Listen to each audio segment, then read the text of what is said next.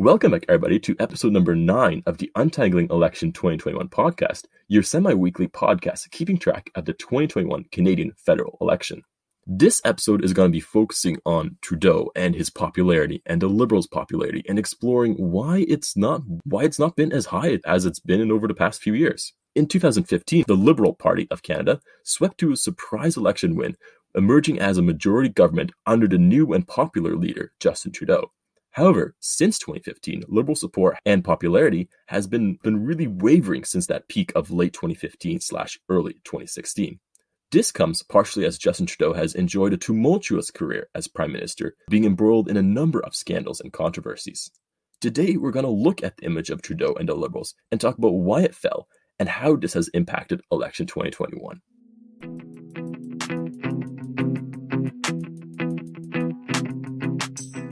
So joining me today is, I think, a former or even current classmate of mine, all the way from Northern Ireland of all places, Harvey. Tell us about yourself, Harvey. Hi, yeah. I think it's just about former. I'm 24. I just finished a master's at University of Leiden in international relations, and I'm, for some crazy reason, about to start a second master's in London. And beside that, I'm not up to too much at the minute, beside trying to learn about Canadian politics and follow this election as it unfolds. Yeah. And me, myself, I also just finished my degree at Leiden University as well. And by chance, we just connected over our love of Canadian politics and examining the minutiae of our marvelous large country. Yeah, it's crazy. I found your podcast on Spotify and I was trying to kind of learn more about the election. And unbelievably, we somehow didn't bump into each other during our masters, and then bumped into each other via the kind of Spotify algorithm. So, I mean, in our defenses, it was a pandemic, so it did make communication a little more difficult, I guess. Oh yeah, I mean, it was online. I guess it's kind of ironic that's in the end, that's the way we're first meeting. Yeah. But again, you're not Canadian either. You're Northern Irish. Why are you so interested in this election? What excites you about Canadian politics and Canadian elections as much that you want to come on a podcast and talk about it?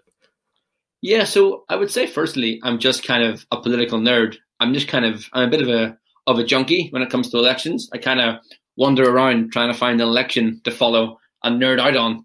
And when I found out that Canada was having one, it was too good to be true. And I'm someone who remembers the sort of early days of 2015 and Trudeau when he came to power, and being a young guy across the world, I kind of got swept up in the kind of fanfare. And then I have to admit, I kind of switched off a bit from Canadian politics in the years in between. I was aware in 2019 that an election happened, but we had an election at the time in Britain, and I didn't follow it that intensely. And then when this one came along, it just seemed really interesting. I knew a bit about Erin O'Toole. I'd read a few articles about him when he first won the leadership, and the selection. It did give me a chance to kind of try and confirm a theory I've had about elections in the COVID world, which the theory, I guess, is that during the pandemic, candidates have really moderated themselves and voters have rewarded them for moderation. Thinking about how Joe Biden managed to unseat Trump, the election in Germany, where all the candidates are running kind of towards the middle. And this election gave me a chance, I guess, to try and confirm that prior. And, so far, from reading the manifestos, watching the campaign, it has confirmed that. Yeah, no, it's been very interesting, especially how, I guess, the pandemic affects everything and just how Canada itself is just thrust into this election again, somewhat surprisingly, because I know there was a lot of chatter about an election being called in 2021, but it wasn't needed at all. What do you think about, I guess, as an outsider, what do you think about the election being called in 2021? Would you have called a pandemic election for Canada? No, I mean, I think the election seemed like a really bad idea. From sort of multiple perspectives, even just public safety. I mean, this doesn't seem like the time to be kind of inviting rallies, to be inviting people to go and vote.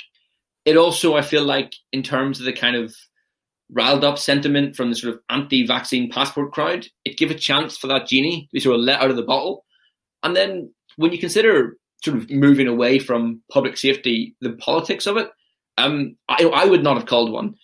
Because, firstly, it seems obviously like it's been a super unpopular election. People didn't want it. Voters didn't want it. And Trudeau, I mean, he was governing fairly comfortably from what I've seen. I know it was a minority government, but it seemed to be getting by. It got through the pandemic. To my knowledge, he hadn't lost any kind of vote no confidence. He hadn't had any major bills be knocked back in the House that would force him to call an election.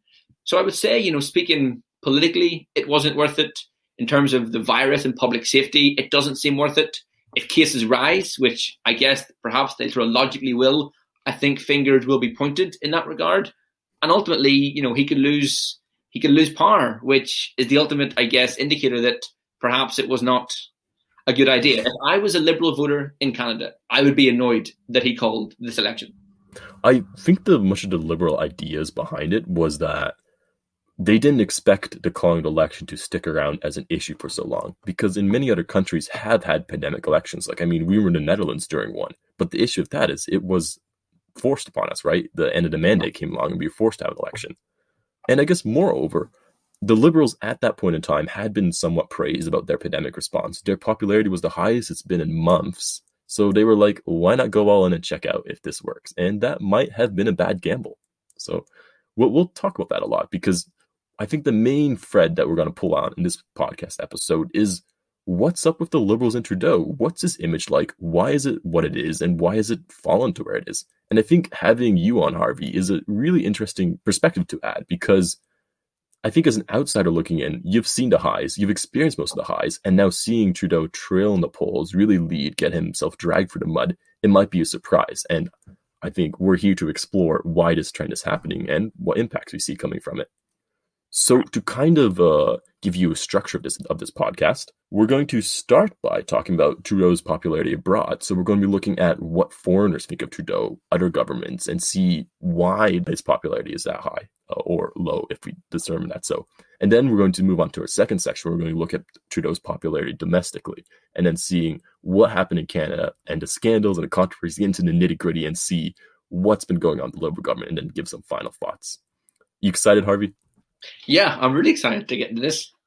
Yeah. Well, I guess without much further ado, we should just start and tell me, what do you think of Justin Trudeau? Because you mentioned you were really swept up with his beautiful hair in 2015 and his pristine looks. Has that kind of held up for the past few years for you? I would say, I am someone who kind of fits the profile of a Trudeau fan. I'm a sort of his worldview seems to align with mine. He seems to value the things I value. But there's been a few things lately where I've really fallen off him. I was reading about, a lot of his oil and gas bills, his oil and gas policy, and the extent to which it's been watered down by lobbyists. And it seems I was so disappointed to find that out. I sort of already knew it, but to sort of read the article, to have it confirmed to me, is extremely disappointing. I also think, his handling of COVID was fantastic, or it was pretty strong. I think it was pretty. Considering the response we had here, I would have been happier to have had that response here. But then I think his response to the sort of issue of vaccines has been pretty poor. And that may sound kind of counterintuitive when you've said his pandemic response was good and Canada has high vaccine numbers. And I guess the reason I'm bringing up vaccines is it's really caught my eye. And I think, vaccines are great. We should get vaccinated. Maybe you have to bring in some policies to incentivize vaccination. But Trudeau seems to have really allowed a kind of culture war around vaccines to sort of take place in Canada. And it's happening, it's on the fringes, but it's happening enough that it's broken into the mainstream. I would say this, that there was a news story on British Evening News about opposition to vaccine passports in Canada. So it has transcended to that extent. Trudeau has this kind of terrible habit of breaking people into two groups as being good and pro-vaccine or anti-vax. And when you look into any of the studies, that's really not how it is. You've got sort of pro-vax, vaccine hesitant, vaccine reluctant, and anti-vax. And when you create a sort of really hard-edge vaccine culture war, you tend to drive more of the vaccine hesitance into anti-vax. So I think a problem that you're seeing all over the world is getting the last 8 or 10% vaccinated. And I think the way Trudeau's gone about motivating the last small minority to get vaccinated has been terrible and quite off-putting. He's sort of led quite a holier-than-thou, culture war. And that's something that really has that put me off him. But besides that, mainly, the stories about the corruption and his relationship with kind of big oil and gas. So while he is someone that I think naturally I am sort of inclined to like and who appeals to me, I'm really, I feel a long way from the kind of 2015 hysteria that even transcended through the kind of Trump years. But right now I feel like I'm, at quite a low with him. And looking at the polls, I mean, what does my opinion matter? I'm just a guy in Northern Ireland, but looking at the polls, seemingly enough Canadians do feel the same way.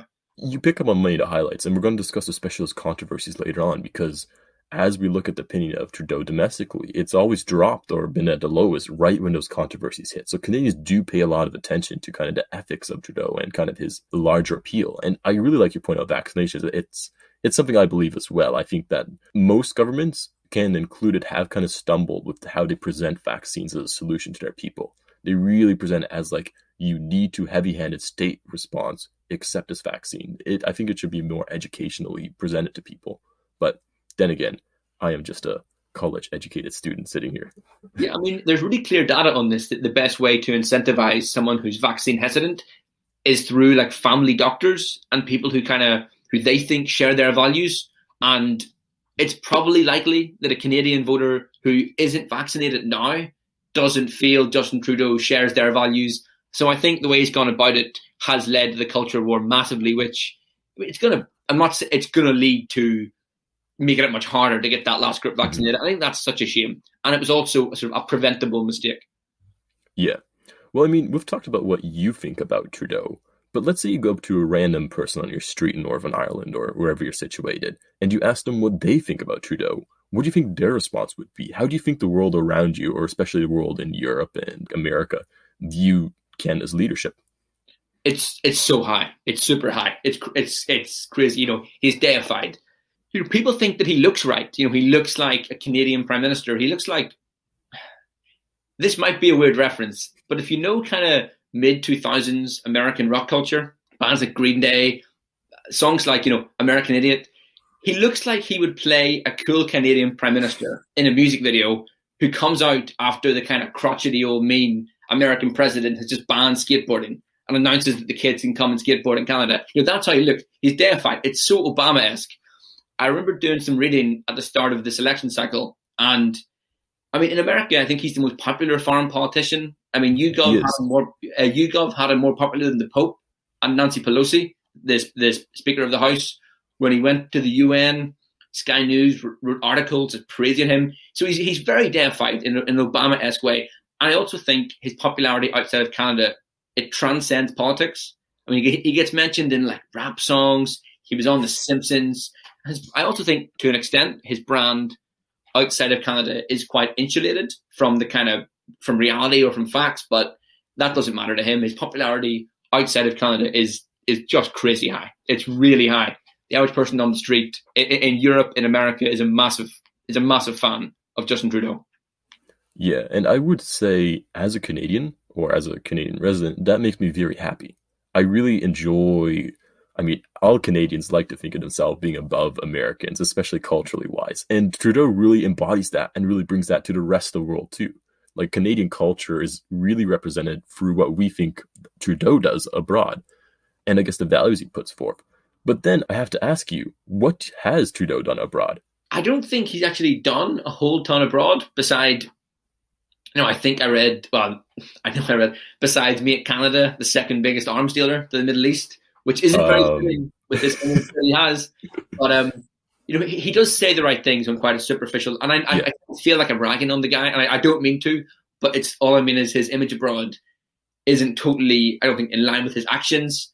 But it reminds me of something that I've kind of seen a lot of people write about, that a lot of the time when Trudeau makes these kind of sweeping proclamations, they're actually pitched abroad, pledges to tackle austerity or climate change, or to ensure the rights of refugees and that Canada will take more.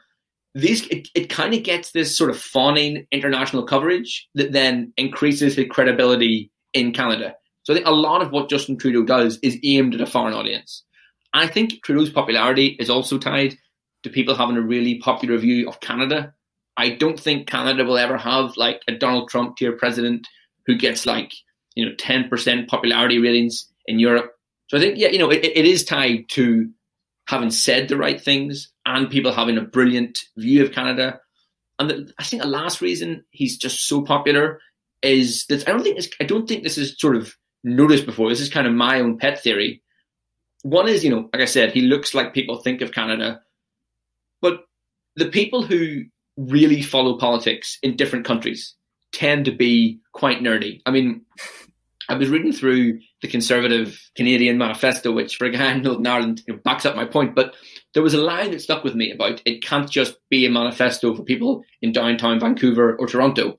Toronto it was, yeah. But the people who follow Canadian politics, not from Canada, are from their version of downtown Vancouver or Toronto. They're from London, they're from New York. They tend to be quite nerdy, quite academic, which tends to kind of skew left, which I think leads to why the politicians who are deified tend to be Barack Obama, Trudeau. You've seen it to an extent with Emmanuel Macron. They are quite either centrist or leftists because, I mean, most people in most countries don't even follow their own politics. So for someone to go out of their way and follow politics in Canada, they probably do fit the demographic of a kind of center-left kind of, individual. Yeah, no, I definitely agree. That's a really interesting point I hadn't really thought of yet. And yeah, no, it really aligns because a lot of what I've been seeing from the international press writing about the Canadian election is why is Trudeau's brand failing? Because they all seem to, that implicitly says, we like Trudeau. Why is that not happening? Why is he not making progress with Canadian voters? I mean, the reality is, if you were to sort of describe Justin Trudeau to a vaguely apolitical but conservative voter in rural America or northern Britain or anywhere, they probably wouldn't have high opinions of him. They wouldn't agree with things he says, but they don't follow politics in their own country, so they definitely aren't going to follow it in Canada. So I think that is definitely a factor. Yeah. I feel like I'm kind of knocking those people. I don't mean to. Not following politics isn't a sin. I follow it way too much. I wish I followed it less, but those people don't, and I think if they knew more about Trudeau, they would probably have a lower opinion of him. Yeah. And I mean, talking about lowering your opinion of Trudeau, this is what our next segment is going to be all about, where we're going to look at Trudeau's image domestically and how it's really, really fallen. So the first cracks at Trudeau's character, I don't know if you followed the 2015 Canadian election, but did you see the infamous Just Not Ready commercial that the Conservatives released? I have to say I did not. No. So basically, it was just a commercial which the Conservatives released where they had like a boardroom and they were reviewing applications. So they pretended to be the Liberal Party and they're like, oh, Justin over here, he's just not ready. And that just really sticks to you because Justin, the other most famous Justin is Justin Bieber. And, that's not a great comparison if you're a world leader, right? And it also just kind of really touches upon the Conservatives wanting to paint Trudeau in the more immature light, which they definitely had a case to do so because he was pretty wild back in his college days. He's always been a pretty fun MP, which does not always translate to professional MP. And that has kind of remained constant. He's really cleaned up his image throughout his prime ministership. There hasn't been as many, personal things he's done, which are questionable in terms of, maturity. But on the topic of other things that are a bit more questionable, there have been a bunch of scandals. How many scandals do you think have gotten written down, which we're going to discuss through here today? It has to be at least sort of 3 or 4. I'm probably lowballing, but tell me. I think I have 4 or 5 here. Yeah. And we're going to quickly hit a few of the main ones. And when I finish explaining it, just give me your brief thoughts on how this would impact your view of Justin Trudeau, Prime Minister. So the first one we're going to touch upon is the SNC-Lavalin donation scandal.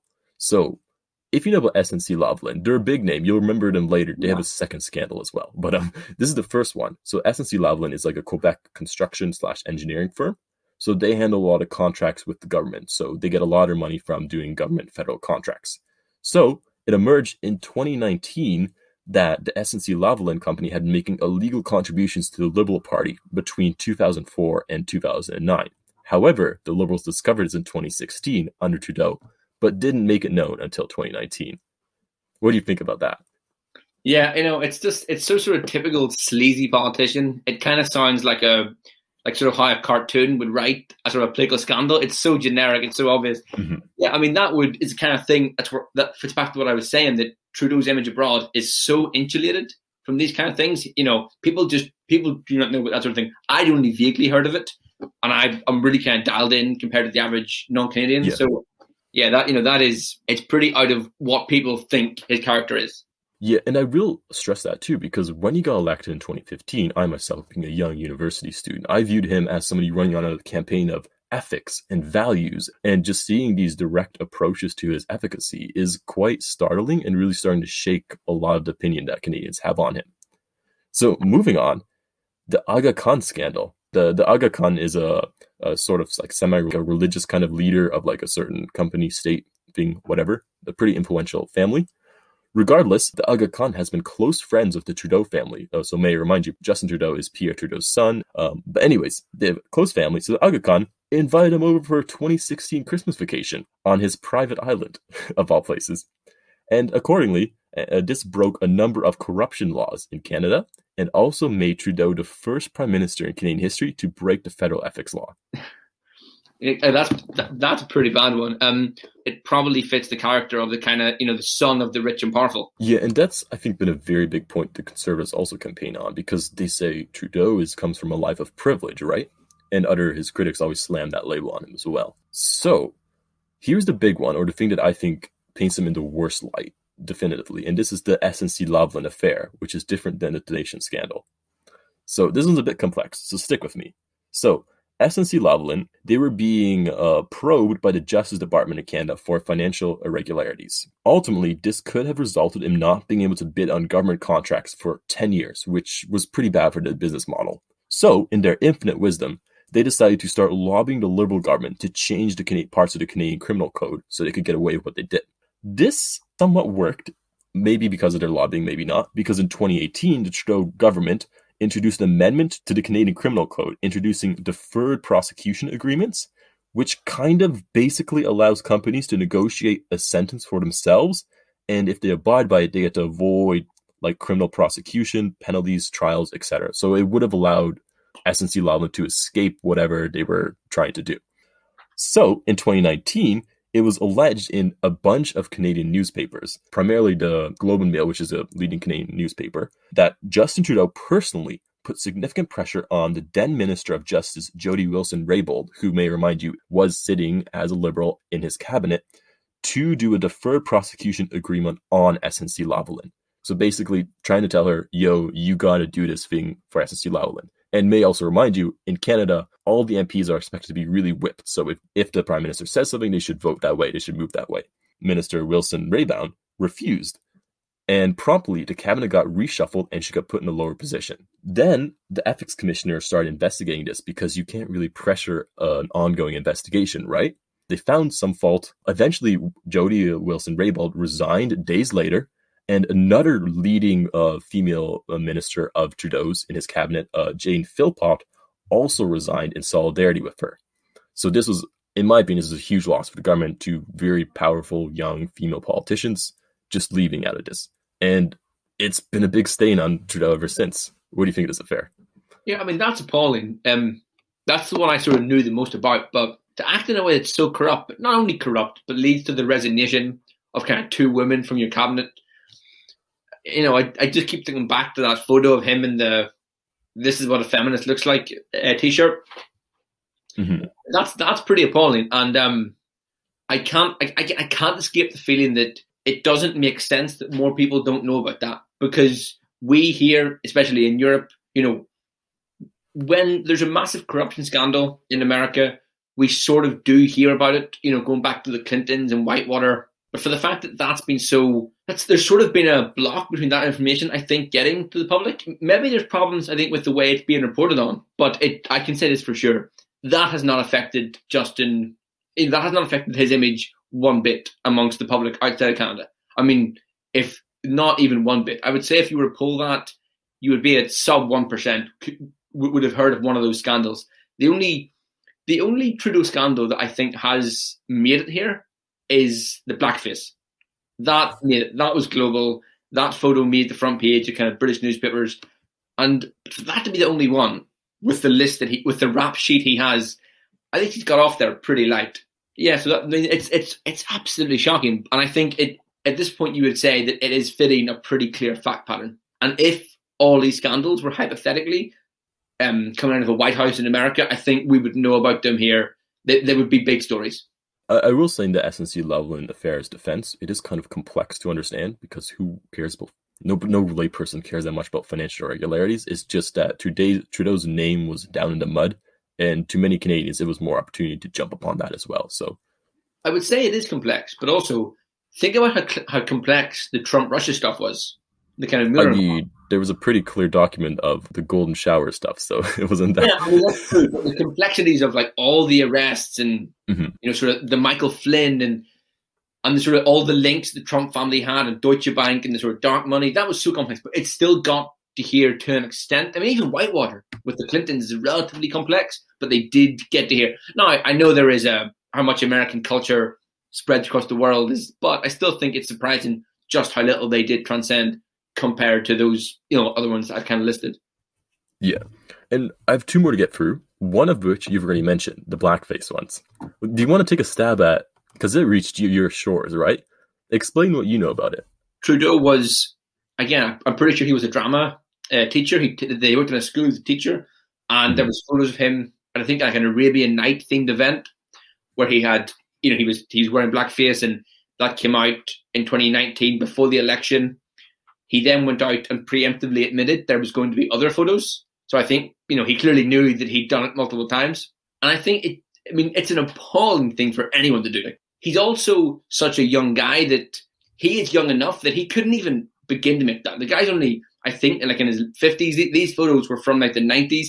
It's just abhorrent. And so they did transcend. But I mean, clearly they didn't hurt him because, 4 months later or 4 weeks later, he went on to win, not a majority, but he won the most seats, and he's still, and he's still PM. So again, his kind of Teflon image, I guess that is another one you can put in the list as him surviving. I agree, because ultimately there emerged 3 photos and 1 video of 3 separate incidents during the campaign, which seemed to be a dagger in his back. However, the Conservatives couldn't really capitalize, in my opinion, is what happened, and he ended up still emerging the victor out of that campaign. He didn't win the popular vote, per se, but he was still won the most seats and emerged a minority. There's one last one I want to touch upon, which happened in 2020, which is the We Charity controversy. So the We Charity is a pretty famous Canadian charity, which was started by these 2 brothers. If you went to school in Canada, you know what the We Charity do, these events, which supposedly, or they do help people in other countries. So Trudeau in 2020 promised them a $912 million grant from the Canada Summer Student Program. So this would help them hire more summer students to work for them, et cetera, or 2020 or 2019.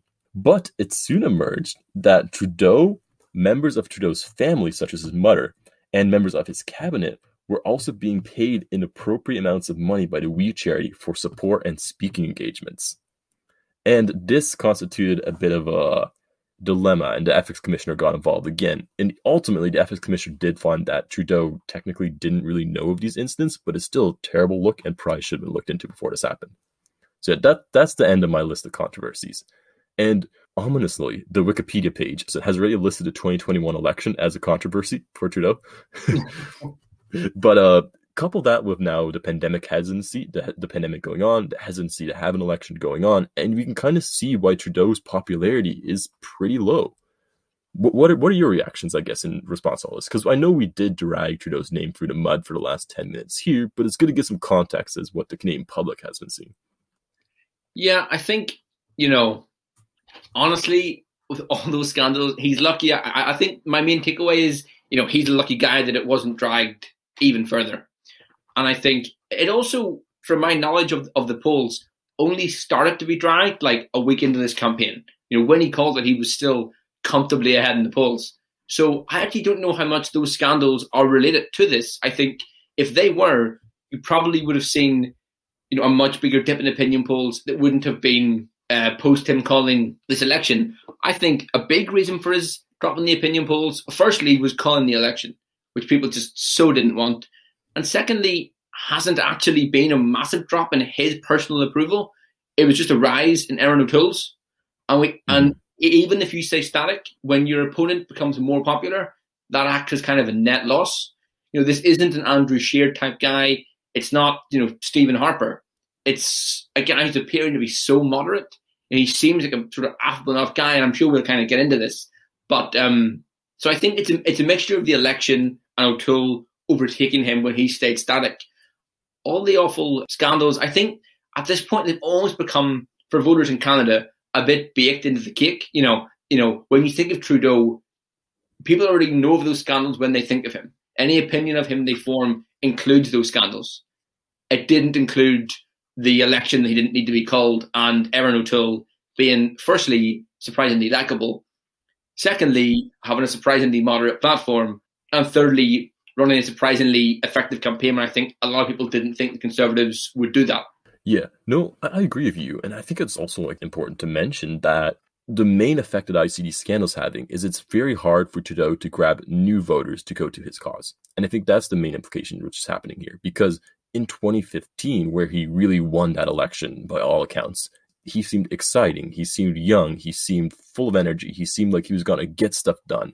He was going to, act with ethics and values and whatever. And slowly over the few years he's been in, 6 years he's been in power, we've seen that he's actually not that young and new. He's actually been the same old kind of politician we've always had in Canada.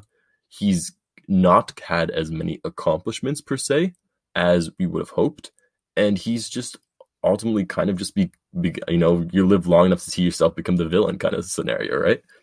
What do you think of that? Do you think that might be the core issue here instead? I think that is true. I mean, in 2015, he took the Liberals from being like the third biggest party at that stage. They were really depleted. It was a really epic win. And I think you're right also that he has almost squeezed all the voters there is for him.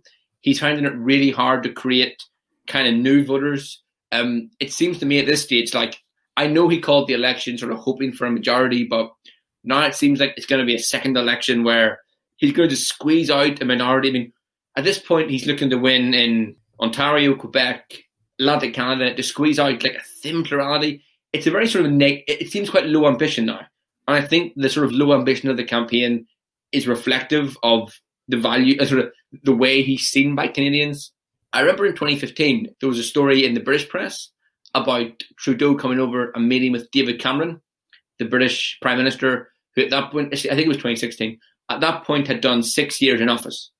And it was about how this fresh-faced young Prime Minister was making him look old and was making Cameron look tired, having done 6 years in office. And now I think that's happening, to Trudeau. He is now not, he's still a very handsome guy, but he is metaphorically looking old and looking tired. He isn't the fresh-faced guy. And it's almost kind of circle of life. It's what happened. It's what he did to Cameron. Time has done to him.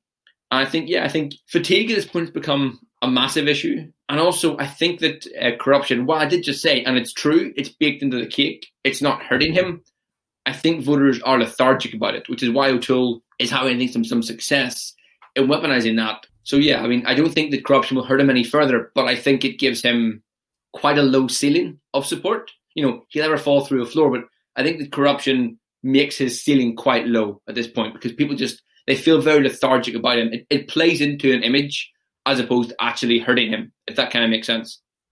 Yeah, no, I get what you mean. Do you think that maybe it's simply an issue of Trudeau as a character or as a person in the Liberal Party being outplayed, I guess, as a leader, if I can say that?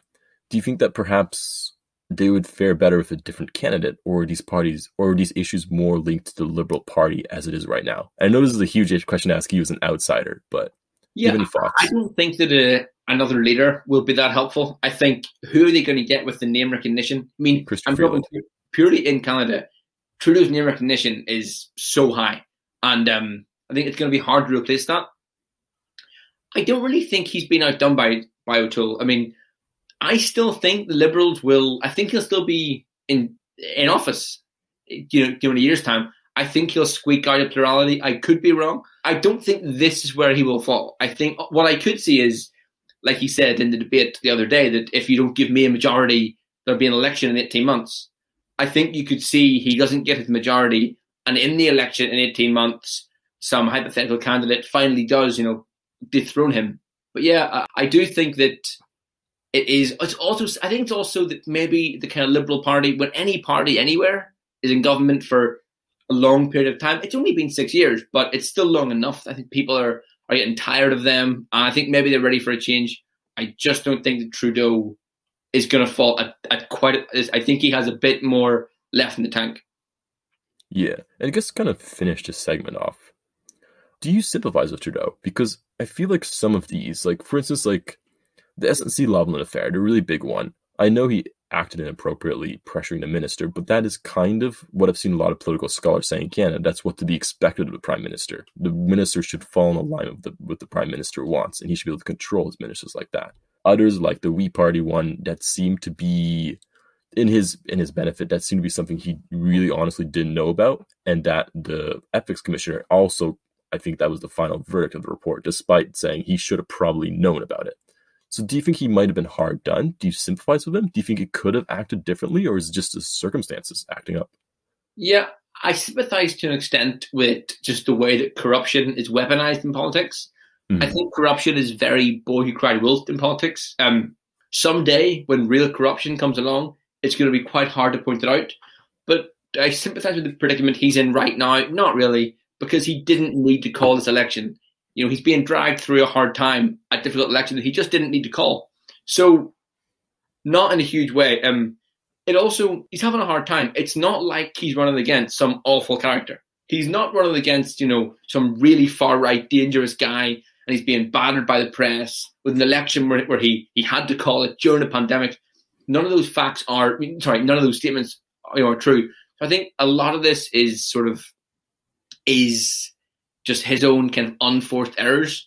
So right now, he could have still been writing an opinion poll lead midway through a parliament, and he chose not to be doing that. So if he does end up, losing power, I think you might see a bit of self-pity, you might see a bit of sort of fake corruption scandals, but I don't buy that. I don't sympathize, because I think he kind of put himself in this position. Yeah, so you're saying, just to any liberal-leaning supporters listening to us, so you're saying that my completely bringing up 10 minutes of scandals is completely justified because he opened that can of worms, right? Yeah, he did, because I suppose at some point it's true to say he was going to face the scandals at some point, and that was going to happen. So he sort of brought it on himself, but he was going to have to face it someday. So I think, for kind of liberal-leaning listeners, it probably feels like we're really ragging on the guy when maybe they aren't going to see it that way. But I do think, having to deal with all this right now, he did bring a bit upon himself.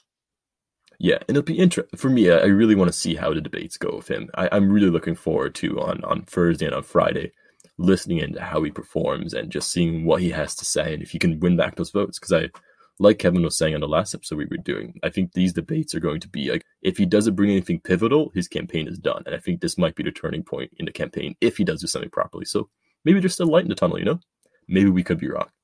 One thing I would say about the debates is they've come at a really good time for Aaron O'Toole.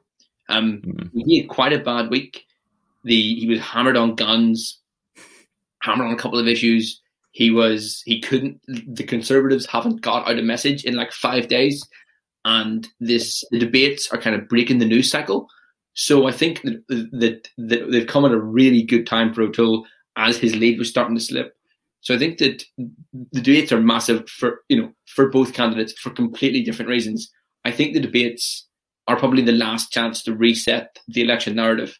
And I think that, the Prime Minister, he's going to have to use the debates, I think, as a way to defend calling the election. I think this is his last chance to make a really good case for why this is why an election was required, and this is why you should vote for me in the election. And this is probably his last chance to make that kind of case. Yeah, that's also kind of why I want to get this episode out before debates. Yeah. Just kind of add some context why he might seem desperate. Or if anything big happens, I can say I predicted it, claim that glory. Moving on, and to our final concluding thoughts on it, I want to run through a hypothetical. And I want to ask you, what do you think the implications of this election will be on Canada's image abroad if A, Trudeau wins, or B, the Conservatives win, or C, some other kind of minority liberal kind of governance coalition happens? So what do you think will happen if Trudeau wins? Do you think there'll be any shifts in his image abroad, or do you think it'll remain constant? No. If Trudeau wins, it will stay the same. He'll just keep going along the track of kind of global popularity. I don't see any way at this point he could tarnish his image abroad. And does that even carry over to like my C scenario, where if he wins only minority government, or even, heaven forbid, a coalition perhaps with the NDP or something? Yeah, no, I don't think that would change anything. I mean, that's kind of what happened, isn't it, in 2019? He went from a majority to going to minority, and no one outside Canada really noticed. people don't pay attention to the kind of parliamentary setup in other countries, the arithmetic, as long as the same guy stays in charge. In 2019, no one really noticed. They just knew that the same guy was turning up to the same summits. So if Trudeau stays in power, it doesn't matter if it's with the NDP or a minority. That won't change people's view of Canada in the slightest. What would happen, do you think, if a different guy did show up at these summits? Let's say O'Toole wins, or, O'Toole's only really likely contender. Let's say he forms a minority government. What do you think the implications will be down Canada's image abroad?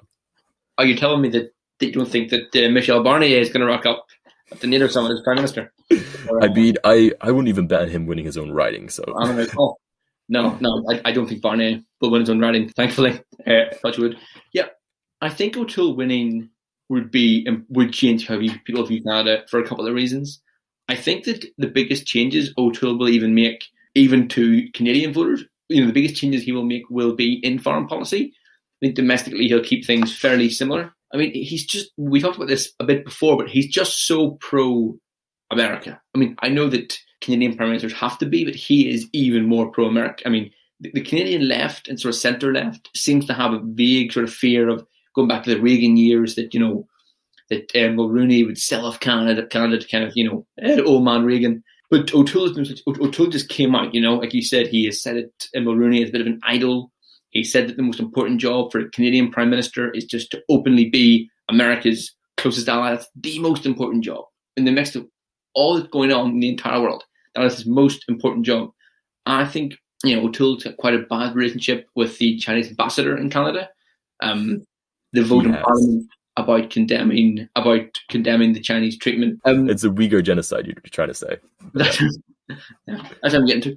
The vote to condemn that the Prime Minister didn't support. He said that genocide was a very loaded word.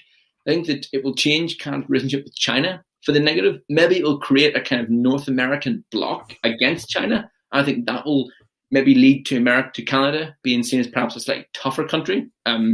I think in the way that Trudeau has tried to get Canada a seat on the Security Council, O'Toole's been very sort of against that. That will be stopped. I've even seen O'Toole refer to kind of Canada first, similarly to kind of Trump's America first. And he's talked about Canada, not having many friends in the world. So maybe a bit more isolationist. But then he wants to kind of strengthen the Five Eyes intelligence sharing. So maybe he'll be seen more positively by the kind of, MI6, CIA intelligence people. And then also in the more moderate way, that he doesn't want to cut Canadian foreign aid in the way that past Conservative leaders have talked about. So that will continue Canada's kind of positive view. And then, lastly, you've kind of just got the natural change that will come from having a guy who's a Conservative in power.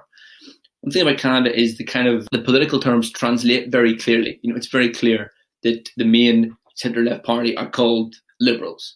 The main Conservative party are the Conservatives. Everyone outside Canada sees that and gets that, as opposed to in Germany, you might hear they've elected a new government of the CDU. What does that mean? In German, are they centre-left, centre-right?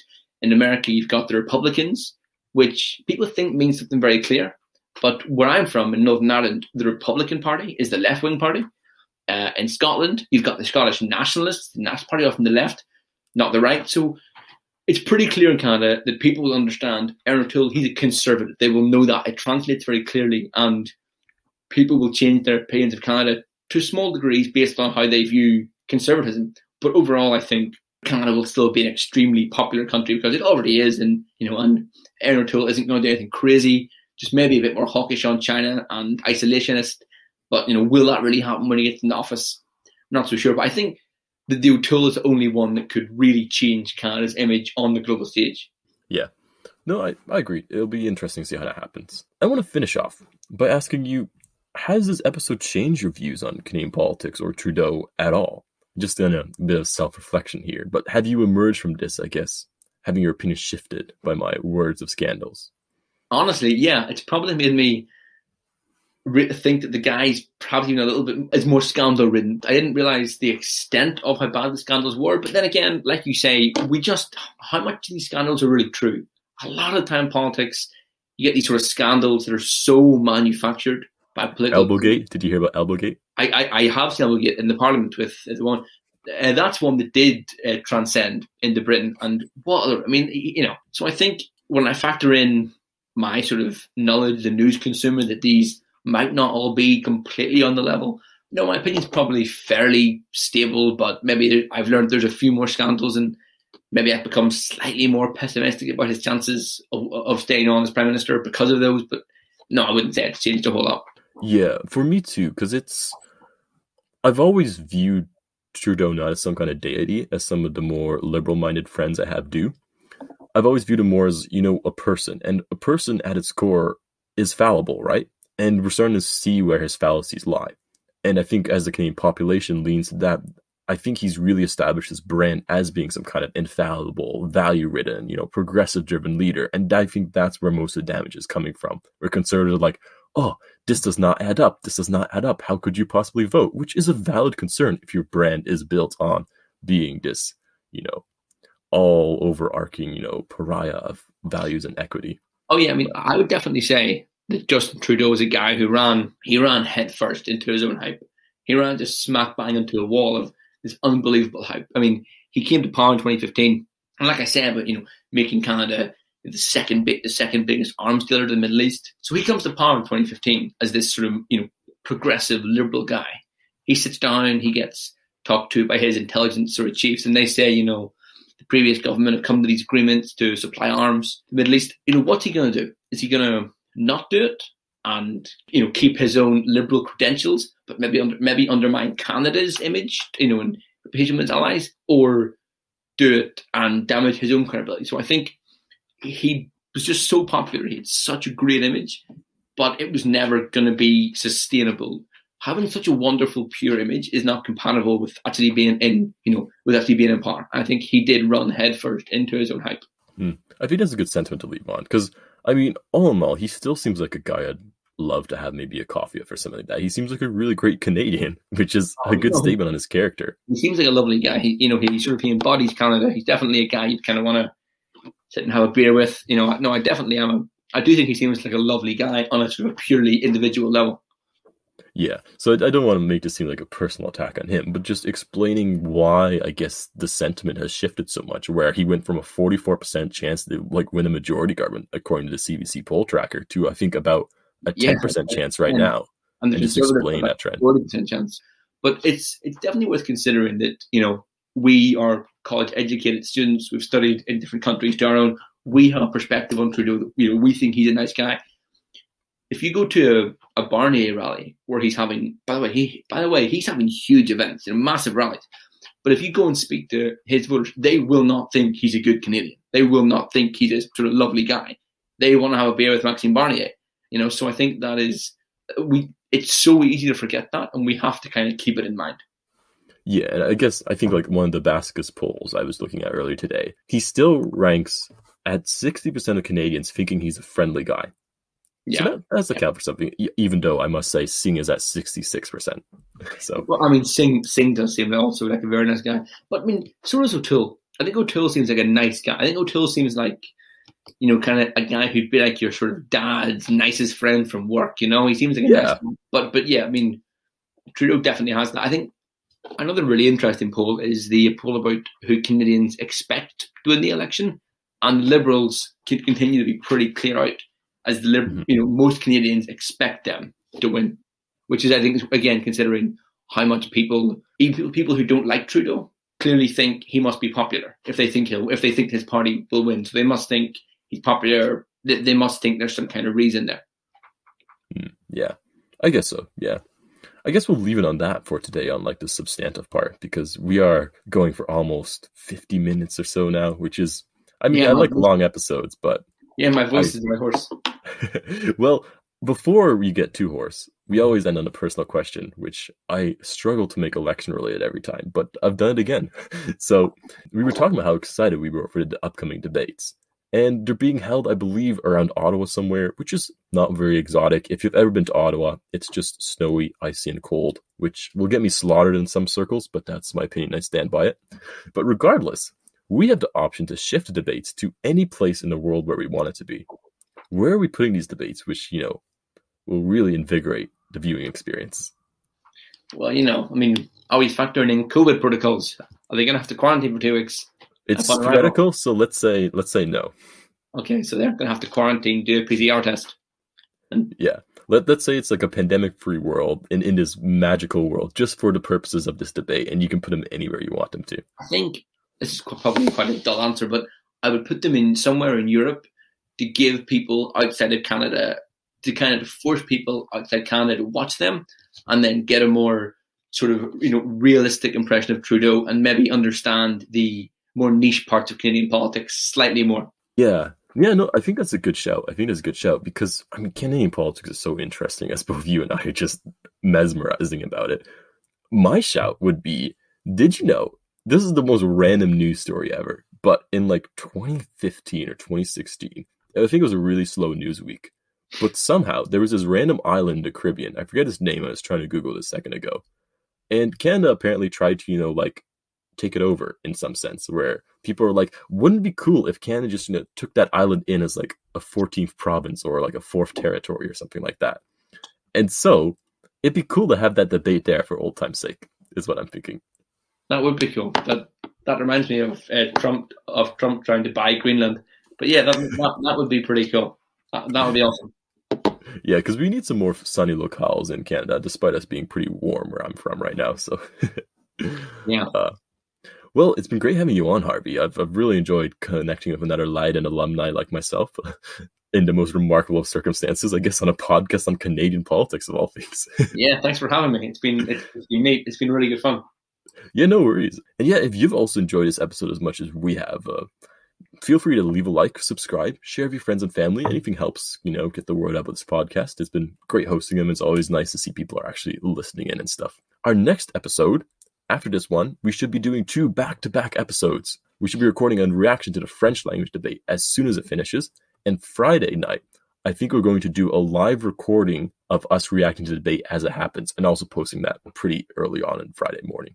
So you should really anticipate those. Those should be pretty fun to follow and listen into.